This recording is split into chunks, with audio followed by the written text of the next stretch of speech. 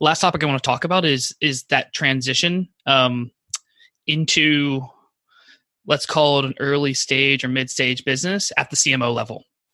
How does your mind need to develop, and how does your thought process need to develop as you're getting into that early mid stage CMO mindset? What should your mindset be as you're coming into the organization? What should your first few steps be, and what sort of frameworks did you think to apply as you're talking to other C levels and starting to execute with your team?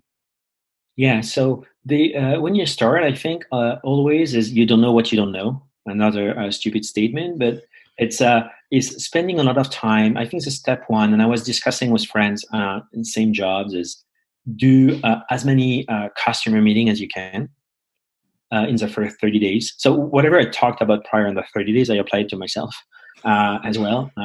But it's like it starts with hearing the voice of the customer, and it's not to go on those customer meeting to please the sales organization saying, "Hey, I'm on the marketing side, I did it, check, let's move on." That's not what it is about. It's trying to get a sense about you learn so much, right? What do customer care about? The lingo, like what word do they use? What is their perception of a brand? What is the type of issue they're trying to solve? So use case, and what does it mean on their end? So this is one, and spend time with different size SMB, meaning depending on your business, but try to tackle all the segment and do it from a prospect standpoint and a customer standpoint, because of course the discussion are going to be different. Your learning are going to be different. Number two is I do deep dive with all the execs, meaning my stakeholders, saying, "Hey, we're going to meet a year from now. What is success? Like, you're going to tell me, Nicolas, you did a good job because of what? And what do you expect?" And everybody has a different expectation. So you just want to go around and get a sense from everybody about what they expect. And then step three is just putting a plan together. I tend to define priorities pretty quickly, saying, "Hey, so those are my priorities." It's based on my playbook, of course, and of course they're not like 6 months; they're more like 2 years. And get a team and make the effort, saying, "Okay, I'm going to take all of your team, put them together in a room for 45 minutes, send a pre-read, and I'm going to explain to you what I think I should do and what I'm going to focus on." And so over communicating on that. Okay. And go there, getting feedback and adjust the plan. And what I will do on my first one-on-one with my boss, in that case, the CEO, I'll use my priorities as a framework to review as an agenda for our one-on-one. Nice. And just to build that muscle, saying this is what I'm focusing on, this is what, and it works. Meaning it's just because it's like, oh yeah, what are you doing on talent? What are you doing on life cycle? What are you doing on go to market? And it's just to connect the dot between is what he has in his head and what he's expecting from me. Nice, that's great. That's actually a really good transition to my last question about it.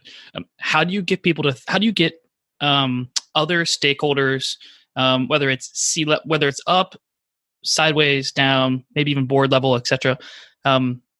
What's the exercise you go through, or some of the tactics you use in order to get people on the same page about what marketing is, what their job is, and how you define it versus how they define it? What are those types of conversations? What some tactics you use to get on the same page? Yeah, so we have like any other team, like QBRs. So if you don't have QBRs, even if so I was discussing recently with a smaller company, actually not so small, and they're like, "Oh, we don't have QBRs." And I'm like, "What?" We have. So if you don't have QBRs with your exec team, put QBRs together. And so this is what I use. For those, I work on. For those that don't know, quarterly business reviews. Can you explain a little bit, maybe 30 seconds, explain what a quarterly business review is? Yeah, so quarterly business reviews is kind of a one thing is you're going to look back. So you're like, "Hey, I had 5 priorities, and this is how I deliver against my priority, and what my team has done." And look forward, saying, "Hey, this is what I'm going to focus on the next quarter."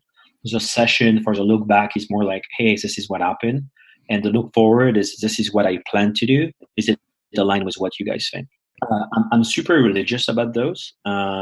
And what I mean by that is I'm not going to do them at 7 a.m. for a meeting at 8 a.m. I'm going to spend time with my team. I'm going to spend time with myself prepping for that and being like demanding excellence of myself on the quality of the QBR, because it ties back to the quality of the work that we're going to do.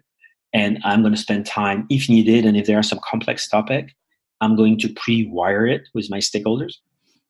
And if we have a team meeting at the e-team level, I will not be shy of doing even those half an hour meeting of like, hey, this is what I'm thinking about. What do you think? And I'm happy to do 5, 10 of those meetings if needed, but I want to ensure that there is no gap and a clear communication on what I selfishly work on. Yep. And when agreed, and when I get all the feedback after it's like, okay, see you in 3 months, more or less, and moving fast. I think by working on, like, if you don't know where you're going, you don't know where you're going. Again, another stupid statement, but a fair one. And so it means you don't have a path to anything. And so we try to be pretty clear at all levels in the marketing organization about what is success 3 months from now. And that's what we shoot for. By doing that, it helps us understand what we're not going to work on. And number 2 is have an impact. And I think with time, if you have this type, a little bit of a vision of what you want to do, and if you know where you're going, except if you were wrong on your destination, that's a different story. But assuming you are right, you will drive impact, which will drive respect and trust within your organization.